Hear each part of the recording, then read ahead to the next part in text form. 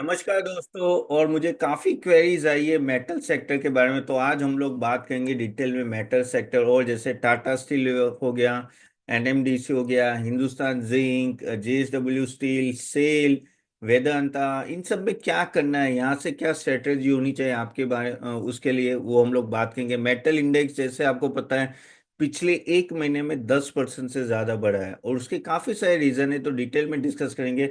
आगे जाने से पहले गाइस, जैसे आपको पता है हमारे स्टॉक रिकमेंडेशन से इसमें बड़ा डिस्काउंट चल रहा है, तो लिंक दी गई है, हमारी वेबसाइट जरूर विजिट कीजिएगा। चलिए बात करते हैं मेटल सेक्टर की। तो मेटल सेक्टर के आगे बढ़ने के बहुत सारे रीजन है। एक सबसे बड़ा रीजन जो है वो है चाइना। चाइना जैसे आपको पता है ऑलमोस्ट अगर हम लोग बात करें तो 50% से ज्यादा जो मेटल कंजम्पशन होता है वर्ल्ड में वो चाइना से होता है। और उसके वजह से चाइना एक बड़ा स्लीपिंग एलिफेंट है। अगर वो जागता है तो मेटल इंडस्ट्री अपने आप भागने लगता है, और वो जब सोता है तो मेटल इंडस्ट्री नीचे आ जाती है। तो ये डायरेक्ट इम्पैक्ट आता है। और अगर मेटल प्राइसेस बढ़ते हैं तो ये जो भी कंपनीज के मैंने नाम बोले वो डायरेक्टली उनको बेनिफिट मिलता है। इसलिए अगर मेटल प्राइसेस अप जाते हैं तो उनको डायरेक्ट बेनिफिट होता ही होता है। अभी जैसे आपको पता है कि कुछ महीनों से एक बड़ा 1.5 ट्रिलियन डॉलर का पैकेज जो चाइनीज गवर्नमेंट ने अनाउंस किया, उसके वजह से ऑफ कोर्स एआई और उस सब में काफी हद तक फंड गया है, और काफी हद तक वहां भी डेवलपमेंट है, लेकिन इंफ्रास्ट्रक्चर में भी काफी हद तक रिवाइवल आने वाला है। और उसके वजह से ना स्टील डिमांड वहां बढ़ रही है, और काफी हद तक बाकी सब metal, iron own, Hindu zinc, copper, aluminium, ये सब की डिमांड बढ़ी है। और इसके वजह से आप देख सकते हो मेटल सेक्टर में इतनी रैली आई है। तो ऑफ कोर्स वो एक फैक्टर है, चाइना एक बड़ा फैक्टर है। दूसरा है कि यूएससी इंडेक्स जो 110 पहुंच गया, तो वो अब से 103 104 के आसपास खड़ा है। अराउंड 6 से 7% गिरा हुआ है। उसके वजह से क्या होता है कि जो आपकी डोमेस्टिक मेटल इंडस्ट्री होती है वो सस्ती हो जाती है। उसकी वजह से भी डिमांड बढ़ती है। दूसरा, यूरोप ने जैसे ये जो ट्रम्प साहब ने ये जो डिक्लेयर करना चालू किया टैरिफ, ये वो जिस तरह से वो लेफ्ट राइट सेंटर हर जगह लगा रहे हैं। मेक्सिको ले लो या अपना कनाडा ले लो, यूरोप ले लो, अब इंडिया की भी बात आ रही है, चाइनीज में ऑलरेडी लगा दिया। तो यूरोप ने खुद का सेल्फ रिलायंट होने के लिए उन्होंने अपना डिफेंस का बजट बढ़ा दिया। ऑलमोस्ट $400 बिलियन का बजट बढ़ा दिया। और ऊपर से वो तो एक फैक्टर था, और उससे पहले रशिया यूक्रेन क्राइसिस के वजह से भी काफी हद तक उन्होंने बजट बढ़ा दिया। तो ये दो फैक्टर की वजह से क्या हुआ, स्टील और एल्यूमिनियम में डिमांड काफी बढ़ गई। तो एक तो इसके वजह से भी यूरोप डिफेंस और इंफ्रा स्पेंडिंग के वजह से ये हुआ। और चौथा वो है कि चाइना ने बोला कि भाई हम लोग अपना स्टील प्रोडक्शन कट करेंगे। China is a big elephant. अगर हमारी कैपेसिटी एक्स है तो उनकी 3x होती है। तो उन्होंने बोला कि भाई अभी हम लोग आउटपुट है ना वो कैप कर देंगे 2%। ओके। अब उसके वजह से क्या हो रहा है कि उनका ऑलमोस्ट 30 to 50 मिलियन टन का कट आएगा। अब वो अगर वहां से कट आता है तो at the end of the day हम लोग जैसे एक्सपोर्ट करते हैं तो हमारे हमारे लिए अच्छा है। और वो क्या होता है उसके वजह से मेटल इंडस्ट्री के में है ना प्राइसेस भी मेंटेन होते हैं, क्योंकि अगर चाइना का प्रोडक्शन बढ़ जाता है तो अपने आप हम लोग कम हो जाते हैं। रीजन मैं बताता हूँ कि डंपिंग चालू हो जाती है अक्रॉस द वर्ल्ड, तो वहां से रेट कट होता है। तो ऑफ कोर्स मेटल प्राइसेस और स्टेबल होती है और ऊपर रहती है। जैसे ये ऐसी बात है, ऑयल प्राइसेस आपको पता है अगर ओपेक बोलता है कि नहीं भाई मैं तो सप्लाई पे सप्लाई करूंगा तो ऑयल प्राइसेस गिरेंगे, लेकिन ओपेक बोलता है कि नहीं भाई मैं अपनी डिस्ट्रिक्ट कर रहा हूं, तो अपने आप प्राइसेस बढ़ने लगते हैं। तो वो एक है। अगर हम लोग डोमेस्टिक की बात करें तो डोमेस्टिक में भी जैसे गवर्नमेंट ने बोला कि भाई फाइनेंशियल ईयर 25 में हम लोग 13.7 लाख करोड़ का बेसिकली स्पेंडिंग करने वाले हैं। और उसके वजह से ऑलमोस्ट 20% ईयर ऑन जंप है। तो वहां से एक सपोर्ट मिल रहा है। Again production output 300 metric ton by 2030, जो अभी 130 मेट्रिक टन है, तो वहां भी टारगेट बढ़ रहा है। तो वहां से भी ये जो नेशनल स्टील पॉलिसी होगी उसके वजह से भी वो एक तरह से ना डिमांड उतनी, इसलिए वो ऑफ कोर्स अपना बढ़ा रहे कैपेसिटी। लेकिन वही देखना पड़ता है कि कैपेसिटी यूटिलाइजेशन कितनी है। अभी अगर हम लोग सभी मेटल के कंपनी की बात करें ना, जैसे मैंने बोला टाटा से ले लो, सेल, जेएसडब्ल्यू, वेदांता, हिंडाल्को, एनएमडीसी या हिंदुस्तान जिंक, इन सबकी 85 से 90% की कैपेसिटी है। तो that is in a way it is good. हाँ, लेकिन अगर थोड़ा ज्यादा डिमांड आता है तो उनको कैपेसिटी बढ़ानी पड़ेगी, इसलिए वो कैपेसिटी बढ़ाने की बात चल रही है।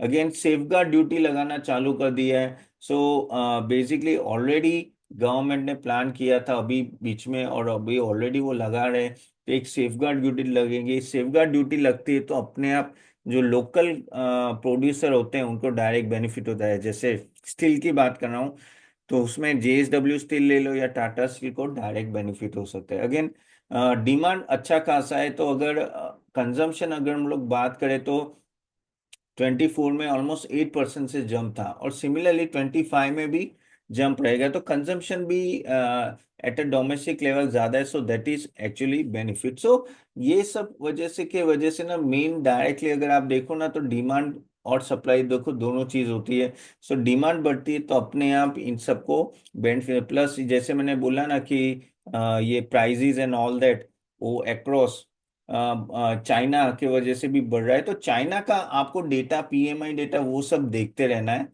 और कुछ कुछ रिस्क फैक्टर है मैं वो एंड में बताऊंगा। लेकिन अभी एक काम करते हैं कि हम लोग है ना सभी स्टॉक्स के बारे में थोड़ा डिटेल में बात कर लेते हैं कि क्या लग रहा है। मैं डायरेक्टली आपको रेशियोज के जागर में बताना नहीं चाहता।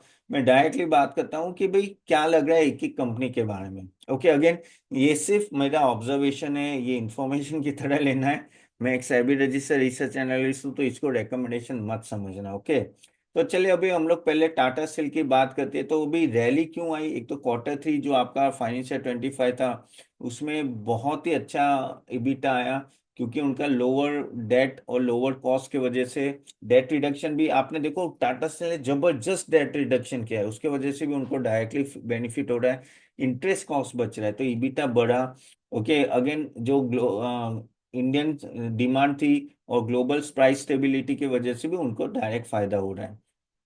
अब यहाँ से 155 150 के यहाँ से भी थोड़ा ऊपर जा सकता है, 10% की मूवमेंट आ सकती है। बस वही है कि की रिस्क वही है कि अगर चाइना ने ज्यादा इम्पोर्ट डंपिंग चालू किया तो प्रॉब्लम, लेकिन हम लोग सेफगार्ड ड्यूटी लगा रहे हैं तो उसके वजह से फायदा होगा। और अगर रॉ मटेरियल प्राइसेस में बताए, यानी कोक, कुकिंग कोल प्राइसेस में अगर बढ़ता है तो उनको प्रॉब्लम होगा। तो यस, ये स्टॉक ओवरऑल ठीक ठाक है, उसमें कोई प्रॉब्लम, लेकिन हाँ मूवमेंट रिस्ट्रिक्टेड रहेगा, क्योंकि ऑफ कोर्स आपको पता है साइक्लिकल इन नेचर है। जेएसडब्ल्यू स्टील की बात करें, one of the best stock in steel industry, जबरदस्त वॉल्यूम ग्रोथ, 12% से ईयर ऑन ईयर ग्रोथ था। ओके, एंड स्ट्रॉन्ग, ये चाइना के वजह से सपोर्ट पॉलिसी वजह से और यूएसडी वीकनेस की वजह से उनको भी सपोर्ट मिला है। और यहाँ से भी जैसे मैंने बोला, यहाँ भी ऐसा ही लग रहा है कि 5 से 10% की मूवमेंट आराम से आ सकती है। लेकिन वही है कि डोमेस्टिक आपको डिमांड का देखते रहना पड़ेगा। और रेगुलेटरी टैक्स चेंजेस अगर कोई होता है, ओल्ड माइनिंग इन कर्नाटका, क्योंकि उनका बेस है वहाँ, तो उनको डायरेक्ट इम्पैक्ट आता है। जब हम सेल की बात करते हैं, मैं एक एक करके सभी स्टॉक के बारे में बात करूंगा। तो सेल के बारे में बात करें तो उनकी रैली इसके लिए थी क्योंकि उनका जो प्राइसिंग था, ओके, उसमें उसके वजह से उनको ईबिटा में डायरेक्ट फायदा हुआ था। अगेन गवर्नमेंट कंपनी है तो गवर्नमेंट का इंफ्रा पुश होता है या कोई प्रोडक्टिव मेजर्स होते हैं, उसमें वो डायरेक्टली बेनिफिट उनको फायदा मिलता है। ऑफ कोर्स उनके लिए वही है कि अगर चीप इंपोर्ट आने लगे तो उनको प्रॉब्लम है। और डेट डेट थोड़ा उनका ज्यादा है, तो आपको थोड़ा सेल में आपको डेट देखते रहना है। अदरवाइज ये कंपनी देखो, अगर मुझे सही में पूछो ना तो कि भाई सेल, जेएसडब्ल्यू और टाटा स्टील में कौन सी प्रीफर करूंगा, मैं हमेशा जेएसडब्ल्यू प्रीफर करूंगा। Second will be Tata Steel and third will be SAIL. SAIL I don't prefer, क्योंकि एक तो पब्लिक सेक्टर कंपनी और अभी भी काफी सारे इश्यूज है इसमें। ओके, जब हम लोग हिंडाल्को की बात करते हैं, तो ऑफ कोर्स उनका भी profitability 60% year on year growth हुआ था। और वो एल्यूमिनियम के वजह से होता, क्योंकि मार्जिन सडनली हिट हो गए थे। बहुत ही अच्छा 42% मार्जिन हुआ था। और वो स्ट्रेटेजिक एक्सपांशन कर रहे हैं यूएस में नोवेलिस के थ्रू। एंड कुछ माइन एक्विजिशन भी कर रहे हैं, इंटीग्रेटेड ऑपरेशन चल रहे हैं इसके। ये once they acquire there will be lot many integrated operation, तो डायरेक्टली बेनिफिट इनको मिल सकता है। Overall of course things are positive for Hindalco, वो भी बहुत ही अच्छा परफॉर्म किया है उसने। लेकिन बस नोवेलिस का यूएस का जो ऑपरेशन है वहां अगर वीकर साइड होता है तो उनको प्रॉब्लम हो सकती है। एंड जो यूएस टैरिफ जो आ रहा है 2 अप्रैल को रेसिप्रोकल, अब उसमें किस तरह से और चेंजेस आएंगे, टैरिफ चेंज आएगा तो वो देखना पड़ेगा। वेदांता सही है, इतना इतना डिविडेंड तो कोई देता नहीं है। तो उनका भी 70% ईयर ऑन ईयर ग्रोथ हुआ था, क्योंकि एल्यूमिनियम जिंक सेगमेंट में प्राइसिंग का फायदा हुआ था। अब वो जो डीमर्जर करने जा रहे हैं, सभी कंपनीज को अलग करने जाए, तो उसको देखना पड़ेगा किस तरह से लगेगा, लेकिन वो आई थिंक वैल्यू अनलॉकिंग होगा। ओके। बस इनका सबसे बड़ा प्रॉब्लम वही है कि वो डेट है 57,000 करोड़ का, और डीमर्जर प्रोसेस में कोई एग्जीक्यूशन प्रॉब्लम ना आ जाए, वो देखना रहेगा। वेदांता ने कह सकते हैं कि जबरदस्त डिविडेंड दिया है, पता नहीं, I am still not convince about the management, लेकिन समहाउ कंपनी ने कमा के तो दिया है, डिविडेंड भी दबा के दिया है। अब हिंदुस्तान जिंक की बात करते हैं। हिंदुस्तान जिंक ऑफ कोर्स ना मार्जिन 54% रहा, बहुत ही अच्छा रहा, क्योंकि क्योंकि लोअर कॉस्ट ऑफ प्रोडक्शन 1041 पर टन था। अगेन एक्सपांशन भी वो जिंक रिफाइनरी और हाई मार्जिन सिल्वर प्रोडक्शन में करे, तो वहां से उनका मार्जिन ट्रिगर हो सकता है, तो yes that is a benefit. Of course उनका जिंक और सिल्वर की जो वॉलेटिलिटी है उसको डायरेक्टली प्रॉब्लम आती है, और बेसिकली अगर वो माइनिंग एक्सपांशन करते हैं तो एग्जीक्यूशन डिले भी हो सकता है, तो ये चीज आपको ध्यान में रहना है हिंदुस्तान जिंक के लिए। जब हम लोग बात करते हैं हिंदुस्तान कॉपर के लिए, कॉपर प्राइसेस जो सर्ज हुए, बहुत ही सर्ज हुए, यानी 10,000 पर टन, और बातें चल रही कि 15,000 टन पर भी जा सकता है। उसके वजह से कॉपर में जबरदस्त प्राइस हाइक हुआ है, और उनके माइनिंग एक्सपांशन भी ऑलमोस्ट 4 MTPA है अभी, वो बढ़ा के 12.2 MTPA पे जाएंगे। और ऑनेस्टली उसकी वजह से आप इतनी नो एक्साइटमेंट देख रहे हो ये स्टॉक प्राइस में भी। बस वो ये कॉपर प्राइस की वॉलेटिलिटी कैसी रहेगी, और जो माइनिंग का वो जो, और अपना मेन अपना जो बढ़ा रहे हैं माइन एक्सपेंशन, वहां एक्सट्रैक्शन में कितना डिले हो सकता है, एग्जीक्यूशन में कितना डिले हो सकता है, वहां से प्रॉब्लम आ सकती है। अदरवाइज प्राइस हाइक बहुत बड़ा है, तो वो उनको डायरेक्टली बेनिफिट मिल सकता है। चलिए, और लास्ट बात करते हैं एनएमडीसी के बारे में। गवर्नमेंट इंफ्रास्ट्रक्चर जबरदस्त चल रहा है। तो अभी स्टार्ट हुआ है, क्योंकि आपको पता है कि जब इलेक्शन चल रहा तब 6 महीने सुस्त था। अभी सडनली कैपेक्स स्पेंड करने में है, और क्योंकि उनका भी एक टारगेट होता है, तो वो आयरन और डिमांड बढ़ा रहा है। और उन्होंने एक स्टील प्लांट कमीशन किया है नगर नगर में, नगान में, और वहां उनको कह सकते हैं अभी स्टार्ट किया है, लेकिन हाँ 3 MTPA का एक स्टील प्लांट वो सेटअप कर रहे हैं। तो ओवरऑल इसमें बात करेंगे तो वही है कि अगर कोई रेगुलेटरी चेंजेस होते हैं माइनिंग एक्टिविटीज में, वहाँ प्रॉब्लम हो सकता है, और आयरन ओन की जो वोलेटिलिटी है, तो वो चीज आपको थोड़ी ध्यान में रखनी पड़ेगी। इन ये सभी सभी स्टॉक की बात करूँ ना, तो ये ऑलमोस्ट 90% के आसपास के कैपेसिटी यूटिलाइजेशन में, तो वो एक अच्छा है। ओके, चले अभी ये मैंने ओवरऑल आपको बताया कि क्या लग रहा है इन सब कंपनीज के बारे में, किस तरह से मूवमेंट आ सकते हैं। अभी थोड़े रिस्क देख लेते हैं कि भाई क्या चीजें से रिस्क और कंसर्न बढ़ सकते हैं। तो अगर हम लोग शॉर्ट टर्म में भी देखें, तो ऑफ कोर्स आउटलुक मेनली आपका चाइना का जो पैकेज, चाइना का स्टिमुलस पैकेज, उस पर कैसे रिस्पॉन्ड होगा। यूएसडी वीक रहता है कि नहीं रहता है, अगर यूएसडी अगेन रिबाउंड होता है और चाइना में डिसअपॉइंट आता है, तो वापिस प्रॉब्लम है। चाइना का पीएमआई 50, सॉरी यस, चाइना का पीएमआई 50 के ऊपर होना चाहिए, तभी एक स्टिमुलस, कहते हैं ना, एक बड़ा stimulus steel sector, sorry overall metal sector के लिए रह सकता है। अगर हम लोग 1 से 2 साल की बात करें, ये तो हम लोग मैंने 0 से 12 महीने की बात करें, तो वो ये कि ग्लोबल इंफ्रा स्पेंडिंग, और उस पे ग्लोबली किस तरह से स्पेंडिंग होता है, उस सब पे देखना पड़ेगा। और सप्लाई तो बढ़ रहा है, बढ़ाना पड़ेगा अगर रिस्पॉन्स ज्यादा है तो। लेकिन वो ये कॉपर और जिंक में किस तरह से प्राइसेस देंगे, जियोपॉलिटिकल क्राइसिस, उसमें भी थोड़ा ध्यान में रखना पड़ेगा। तो ये कुछ पॉइंट जो आपको ध्यान में रखना पड़ेगा वो है, एक तो ग्लोबल स्लो डाउन और रिसेशन तो नहीं आया ना भाई, ये ट्रम्प जिस तरह से पॉलिसी मेंटेन कर रहे हैं ग्लोबली भी, अगर पीएमआई 50 के नीचे नहीं जा रहा है ना, तो फोरकास्टिंग रिसेशन कुछ आ नहीं रहा है, स्टैग्फ्लेशन यूएस में, तो उसका इम्पेक्ट देखना है। चाइना की डिमांड किस तरह से रहती है आगे जाके, 50 के ऊपर पीएमआई रहता है कि नहीं, वो देखना है, होपफुली वो रहेगा। Rising interest and strong USD, तो अगर फेड रेट हाइक नहीं करता ना भाई, कम करेगा तो वो ठीक है। और डॉलर इंडेक्स वापिस वो अगर 105 106 के ऊपर जाएगा तो प्रॉब्लम है। ओवर सप्लाई नहीं हो रही ना, क्योंकि अभी 90% कैपेसिटी यूटिलाइजेशन इज ओके, लेकिन ऐसा नहीं होना चाहिए कि कैपेसिटी यूटिलाइजेशन 50-60 आ जाए, तो वापस एक बड़ा प्रॉब्लम होगा। सो इन्वेंट्री लेवल अगर बढ़ने लगी तो एक अच्छा खासा आपको देखना पड़ेगा कि क्या इसका नेगेटिव इम्पैक्ट आता है। जियोपॉलिटिकल क्राइसिस, अभी बात करें रशिया यूक्रेन क्राइसिस, भाई कहीं ना कहीं सुलझ जाएगा, लेकिन हाँ कोई सैंक्शन आ गए, कोई ट्रेड पॉलिसी टैरिफ आ गए बड़े बड़े, तो डायरेक्टली इन सब पे इम्पैक्ट आएगा। अगेन कॉस्ट इन्फ्लेशन, तो इनका जो रॉ मटेरियल प्राइसेस होता है, जैसे कुकिंग कोक होता है स्टील के लिए, वैसे energy prices, aluminium prices and all that, तो उसमें अगर सडन जंप आता है तो इन सब कंपनीज में भी सडन जंप आएगा। इन ऑल में अगर आप, मैं बोलूं कि भाई कैसा लग रहा है यहाँ से, तो यहाँ से एक चीज तो तय है कि अभी तो ठीक ठाक है, अभी तो ठीक ठाक है। और चाइना अभी भी नो स्टिमुलस पैकेज बढ़ा दिया है, तो उस पर स्पेंडिंग कर रहा है, तो अभी नियर टर्म में तो मुझे लग रहा है कि ये मेटल स्ट्रांग होगी, लेकिन आगे जाके 6 महीने बाद या साल बाद आपको देखना पड़ेगा कि किस तरह से ग्लोबल डिमांड रहती है चाइना, क्योंकि अगर वहां प्रॉब्लम है तो जरूर निकल जाना है, क्योंकि ये गिरते हैं तो ऐसे ही गिर जाते हैं, बढ़ते तो 40-50% ऐसे ही बढ़ जाएंगे, गिरते तो ऐसे ही गिर जाते, तो ये चीज आप ध्यान पे रखना है।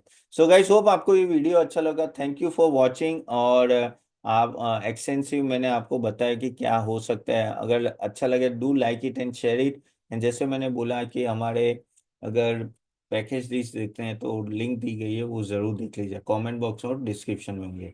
चलिए अभी हम लोग थोड़ा बात कर लेते हैं कि भाई आपके Q&A काफी सारे क्वेश्चंस आते रहते हैं, तो मैं जरा Q&A ले लेता हूँ। मीनवाइल आपके कोई भी क्वेश्चंस हैं तो प्लीज प्लीज जरूर कमेंट बॉक्स में डाल दीजिएगा, मैं ऑलमोस्ट लेता हूँ हर टाइम 1 मिनट, आई जस्ट मैंने गलती से मैंने ओपन नहीं किया था, मैं अभी ओपन ही कर रहा हूँ। ओके, सो पहला क्वेश्चन है, 1 मिनट है, just hold for a second, या सो पहला क्वेश्चन है सर, 1 मिनट, ऑयल इंडिया, हाँ समन D74 ऑयल इंडिया और HPCL पे बारे में क्या बात करना है, कि ऑयल इंडिया HPCL ओवरऑल मुझे लग रहा है कि ये मार्केटिंग, ऑयल मार्केटिंग कंपनीज जो भी होगे ना, उनको डायरेक्ट फायदा हो सकता है लोअर प्राइसेस के वजह से उनके, क्योंकि वो एक क्रूड ऑयल को रॉ मटेरियल की तरह रहते हैं, रिफाइनिंग करते हैं, फिर आगे बेचते हैं।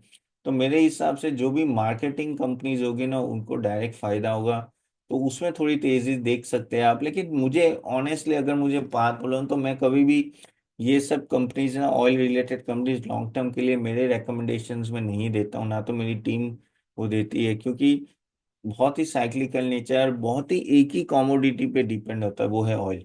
सो वो थोड़ा ध्यान में रखना है। Okay, so doctor Dayanand, thank you very much. Okay doctor Prakash, thanks. Marks and pharma, Prakash ji आप थोड़ा वेट कीजिए, इसमें रुक जाओ, I think things may get settle down after some time. थोड़ा ये ट्रम्प का भी हैंग ओवर है, तो वो हमें देखना पड़ेगा कि यहाँ से वो कहाँ तक ले जाते हैं। लेकिन हाँ, अभी आई थिंक काफी गिर चुका है ये ऑलरेडी स्टॉक, ऑलमोस्ट 37, मेरे हिसाब से ये रुकना चाहिए, और नो थोड़ा एक पुल बैक रैली आ सकती है यहाँ। ठीक है, then Brij Bhushan Sharma, world visa, Ratan India enterprise, Tunwal, also two wheelers. अच्छा मैंने ये देखा नहीं है ब्रिज भूषण शर्मा, मैं ट्राई करूंगा वो कवर करने के, फिर मैं एक और एक वीडियो बना दूंगा। ओके, फिर राजेश सर क्या लग रहा है यहाँ से 26,000 आएगा? वे ऑनेस्टली 26,000 तो दूर की बात है अभी, लेकिन हाँ 24,000 तो दिख रहा है पास में, और अगर सब सही रहा, इन्फ्लेशन डाउन रहा और यूएस ज्यादा ऊपर नहीं और यूएस इंडेक्स डाउन रहा, तो एक ऑफ कोर्स अच्छी खासी रैली यहाँ से दिख रही है, तो 24-25 देख सके, 26 इतना अभी मैंने सोचा नहीं है कि इतना आएगा, वो तो तकदीर की बात है कब आएगा, लेकिन इनिशियली तो स्टेज है ना काफी बुलिशनेस का है। चले तो यहाँ तक रखते हैं गाइस, होप आपको ये वीडियो अच्छा लगा हो, वीडियो अच्छा लगा तो do like it and share it, और हम लोग मिलते हैं नेक्स्ट वीडियो में। Okay, see you then, bye bye.